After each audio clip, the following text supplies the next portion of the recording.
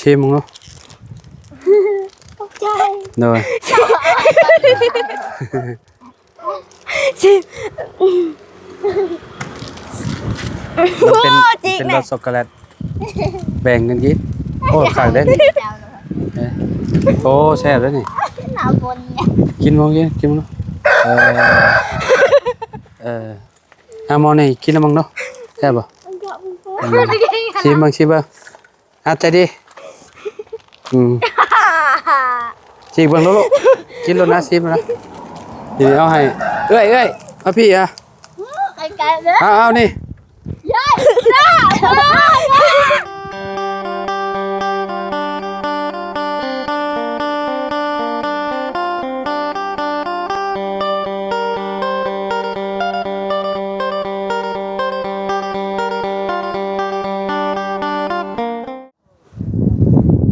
กราบสบายดีสวัสดีพ่อแม่พี่น้อง FC บัสสุขุสุคนเนาะบ่ว่าสิอยู่ในและก็ต่างประเทศเนาะมาพบมาพ้อกันกับเฮาเนาะเส้นเก่าเส้นเคยพี่น้องเอ้ยเนาะคือมื้อนี้พี่น้องเนาะถึงจังหวะน้องแต่งจริงกลับมาแต่สวรรค์เขตพอดีเลยพี่น้องเอ้ยเนาะก็มีข่าวดีโลดพี่น้องเอ้ยเนาะข่าวดีเนาะมื้อนี้ทางน้องแต่งจริงได้รับเงินเนาะจากผู้ใหญ่ใจดีเนาะอยู่ฝั่งไทยพุ่นแหละพี่น้องเนาะทานเก่าทานเดิมที่ว่าเคย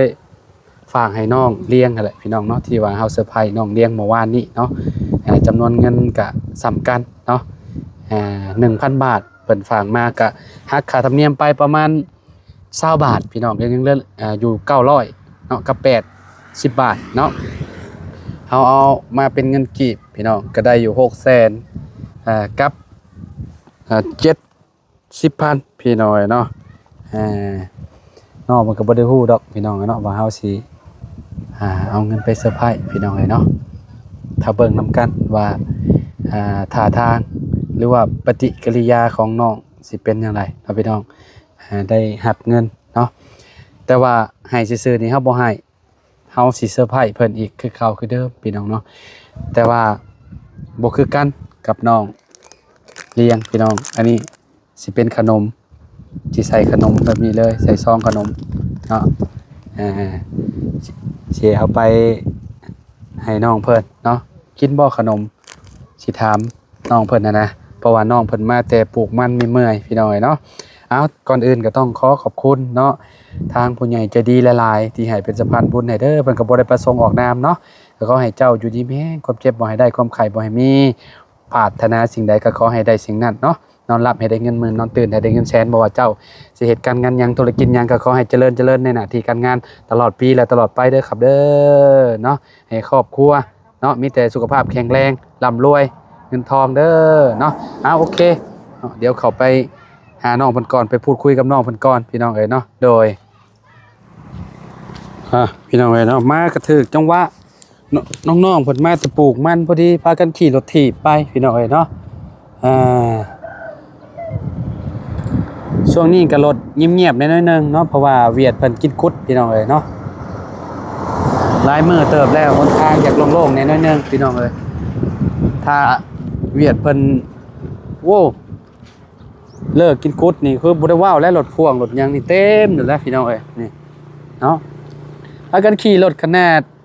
สาวๆเพิ่นนี่เนาะให้ลม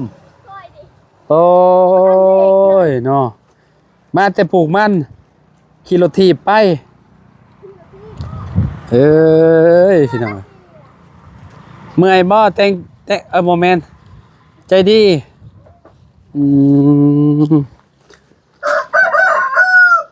โอ้ยพี่น้องเอ้ยเป็นได้ขี่รถใหม่มาพี่ดูบ่ได้มียังคู่ออกบ่สบายดีเด้อโดยอันละเอาในโลกไม่นี่เอานี่มันยังคือบนรุดอ๋อนี่บ่โดยนี่มุนแอบๆเลยเนาะใช่มันอายโอ้ยไกลหัวใจอยู่บ่ได้เจ็บแฮงบ่ได้กินน้ำเกลือแล้วบ่ เอาน้ำเกลืออันเดิมมันบ่ได้อัน บ่ได้เจ็บแห้งโดยสบายดีเด้อไม่ใช่เปื้อนเบิดบ่ลูกเปื้อนบ่เลยโดยสบายดีเด้อ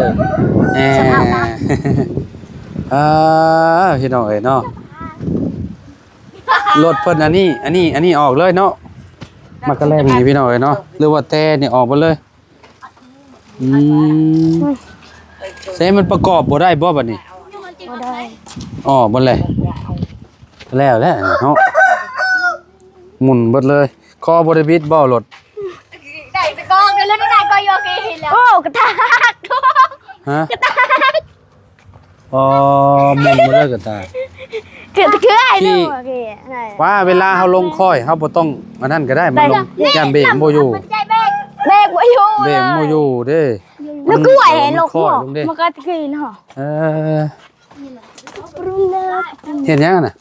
กระปู กระปูจะไปเฮ็ดหยังนี่ กิน กินบ่ เลย สิเฮ็ดอะไรกิน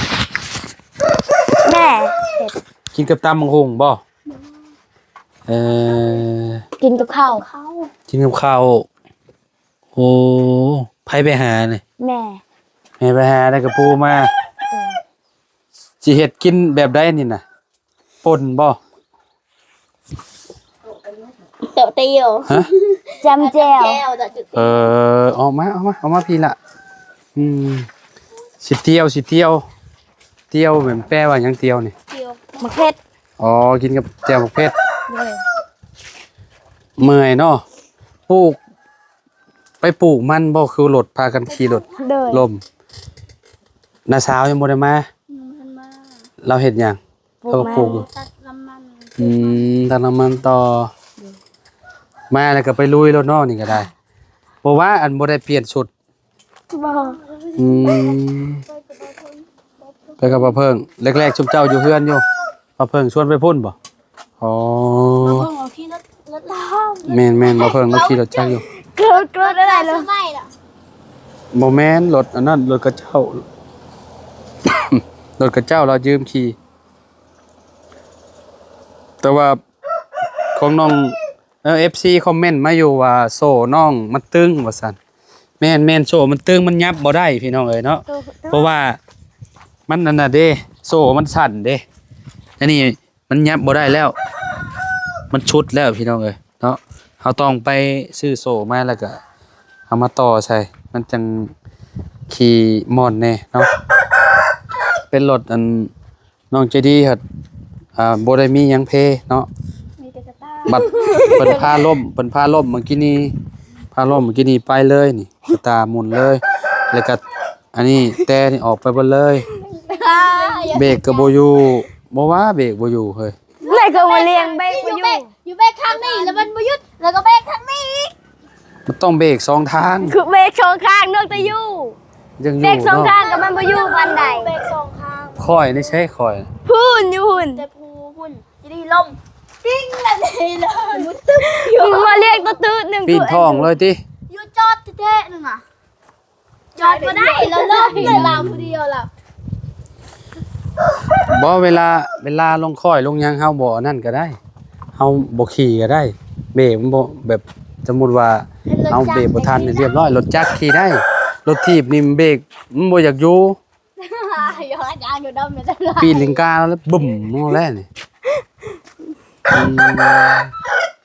แต่ถ้าก็เบรกตัวอยู่มันเหรอตัวเบรกบาเรีย จะไปนอนพุ่นเจ้าฟันจะบ่บ่ได้ฟันยังบ่ บ่ เฮามื้อนี้เลขออกเด้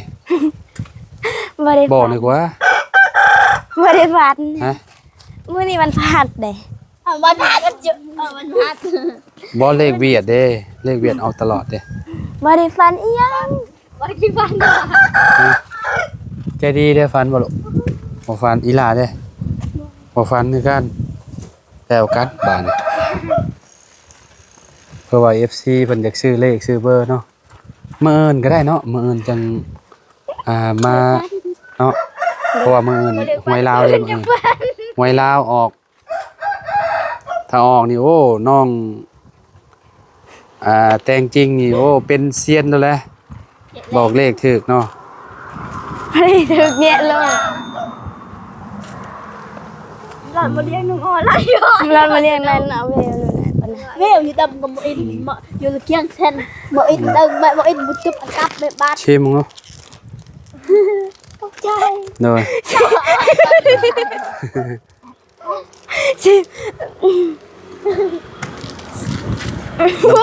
ป็นรสช็อกโกแลตแบ่งกันกินโอ้ขายได้นี่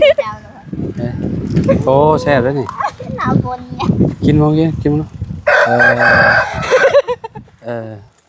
มอนี่กินแล้วมั้งเนาะแซ่บป่ะชิมบ้างอาจจะดีชิมบ้างลูกกินแล้วนะชิมแล้วทีนี้เอาให้เอ้ยเอาพี่อ่ะ ไอ้ไก่เด้อ เอานี่ ยัยจ้าไก่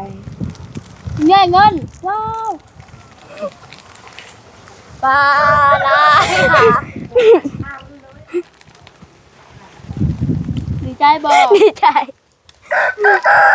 ไม่ได้เลย ฮะ นี่ไง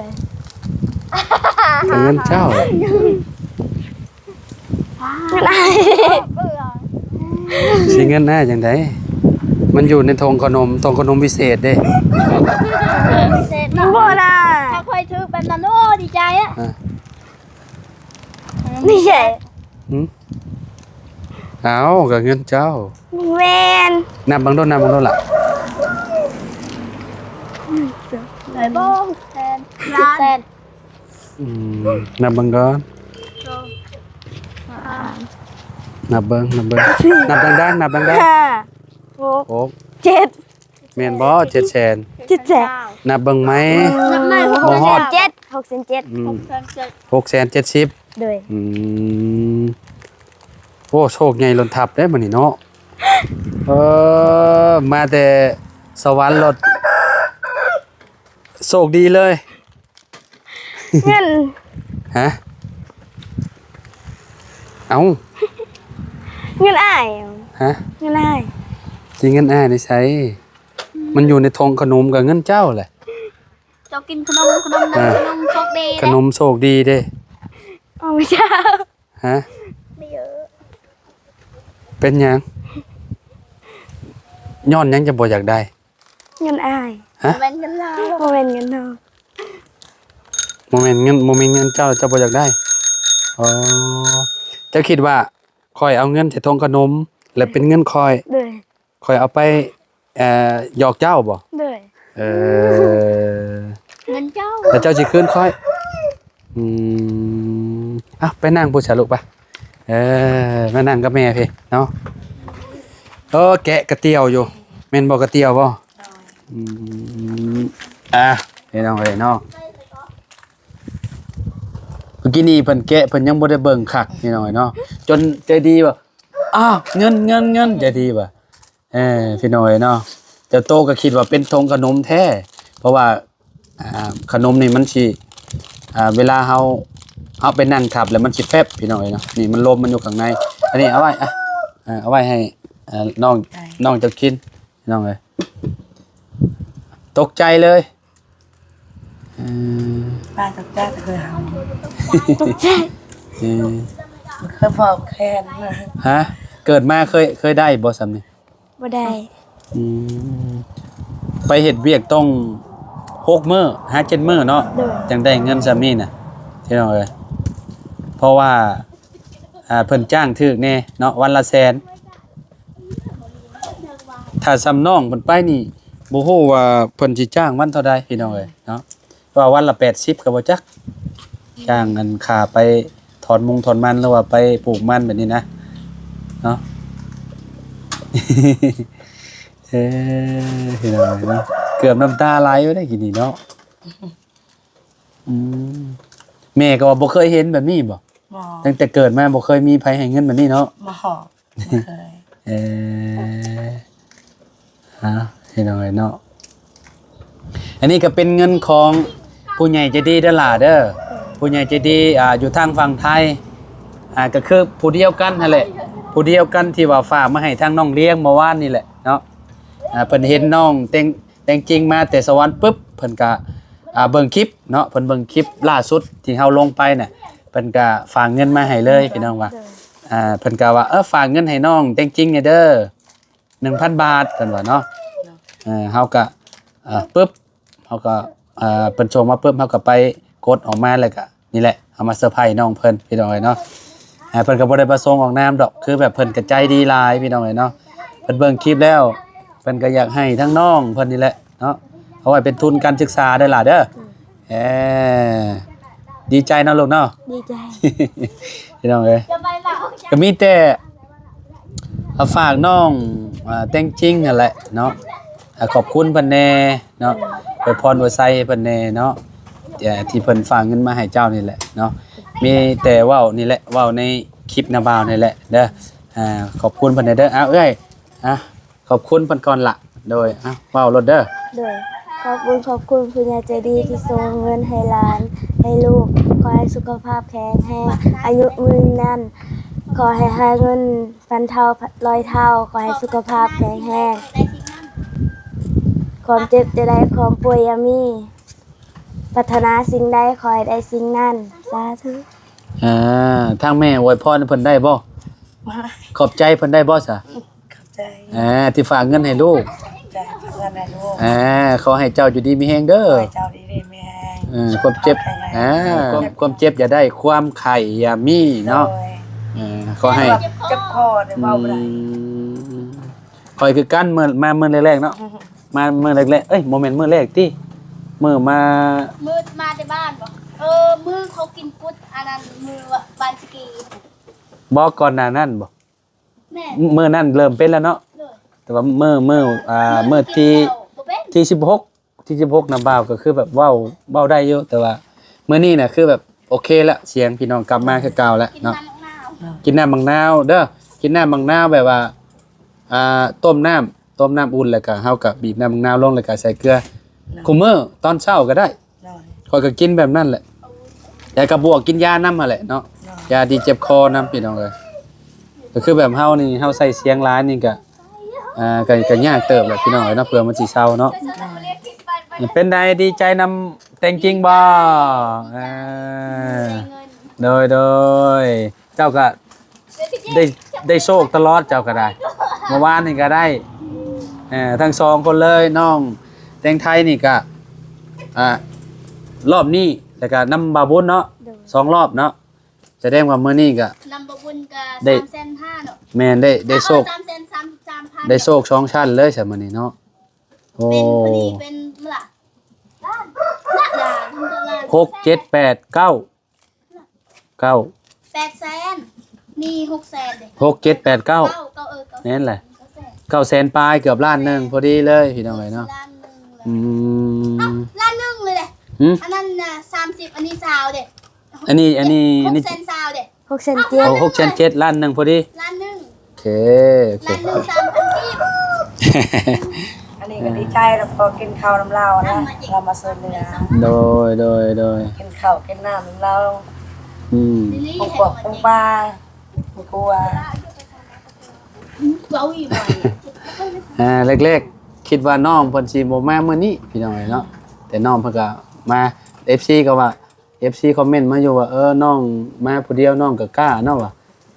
ก็แบบคือว่าแหละเนาะพี่น้องเบิ่งน้องเพิ่นก็เป็นคนฉลาดนี่ฮะแหละพี่น้องเนาะเพิ่นจังเดินทางมาผู้เดียวได้พี่น้องบางคนนี่ยันบ่กล้าซั่นเด้เพราะว่าน้องเพิ่นก็เคยมีประสบการณ์อยู่เนาะไปกับพ่ออยู่เนาะล่ะเนาะไปสวรรค์ดุอยู่ตอนนั้นพี่น้องไปจักเทื่อแล้วก็จะว่า 3เทื่อ 3เทื่อแล้วเนาะก็คือถ้าให้แม่ไปนี่ไปได้บ่ ไป สมมุติว่านะทวี บ่กล้าอย่า บ่กล้าบ่ น้อย เพิ่นบ่เคยไปเลยแบบบ่อยากกล้าปานใดเด้พี่น้องเนาะคือแบบคิดย่านไว้ก่อนหั่นน่ะ น้อย ปีหน้าไปปีหน้าเนาะลูกสาว นั่นล่ะอันนี้ ลูกสาวได้เงินได้หลายจังพาแม่ไปไปเห็นโลกภายนอกลองเบิ่งเนาะอันนี้สิให้พ่อเก็บเมียนให้หรือว่า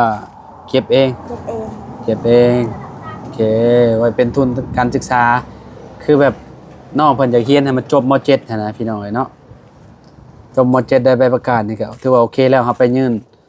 เฮ็ดเวียกเฮ็ดหยังก็สิสะดวกสบายแน่พี่น้องเอ้ยเนาะสมมุติว่าไปเฮ็ดอยู่สวรรค์ก็เจ้าถามว่าเรียนจบห้องใดคือแบบงานน่ะบ่อึดดอกพี่น้องมันก็อยู่ในนี่แหละในการทำการเรียนเฮาสมมุติว่าเฮาเรียนสูงแน่เฮาก็สิได้เฮ็ดงานดีแน่หันนะพี่น้องเนาะก็เจ้าให้จดให้แต้มเด้ เนาะ สมมุติว่าบ่เป็นนี่ก็เจ้าก็สิให้ไปล้างถ้วยล้างบ่วงนั่นแหละสมมุติว่างานอันเฮ็ดขายเพอหรือว่าขายหยังก็แล้วแต่นะเกี่ยวกับการจดการแต้มนี่ก็เจ้าสิถามแหละพี่น้องเอ้ยเนาะสมมุติว่าเฮาเป็นหนังสือเฮาเรียนจบม.6 หรือว่าม .7 ก็ถือว่าโอเคแล้วพี่น้องเอ้ยเนาะเป็นเจ้าก็สิให้ไปอยู่แผนกรับลูกค้าเนาะคือแบบน้องเขียนได้เบิดแล้วว่าภาษาลาวเนาะได้เบิดแล้วภาษาไทยก็พออ่านออก โดย น้องอันนั้นก็อ่านได้อยู่เมื่อวานนี่น้องเลี้ยงน่ะคือแบบ FC ยังบอกว่าน้องเพิ่นอ่านหนังสือได้ถือว่าโอเคแล้วถือว่าเก่งแล้วว่าซั่นเนาะพี่น้องสองคนนี่ถือว่าโอเคแล้วเนาะอ่านหนังสือออกได้เนาะเอาก็บ่มีหยังหลายมื้อนี้ลองเซอร์ไพรส์น้องเพิ่นแบบเอาขนมให้น้องเพิ่นกินพี่น้องเนาะ ก็ถือว่าสำเร็จในขั้นหนึงเนาะเซอร์ไพรส์เพิ่นก็ได้พี่น้องเนาะเพราะว่าถ้าเพิ่นแนมทงขนมที่เฮาเอาให้กินน่ะย่านเพิ่นจักสิเป็นจังไดแหละพี่น้องเนาะจนน้องใจดีท่วงเพิ่นเลยพี่น้องว่าเอาเงินมาสั่นเนาะอย่าคืนเงินค่อยอีก โอเคนะบ่าวไปป้าเด้อเด้อบัดนี้เด้อจังได๋ก็เนาะขอบคุณเนาะทางผู้ใหญ่ใจดีขอบคุณทาง FC เนาะที่มารับชมคลิปเฮาเนาะพี่น้องขอบคุณหลายๆเด้อฝากกดไลค์กดแชร์หน่อยเด้อพี่น้องเอาสำหรับคลิปนี้เฮากับน้องเต็งจริงกับเมย์เนาะขอตัวลำลาแล้วเนาะพบพอกันใหม่เอาสบายดีเด้อโอ้ย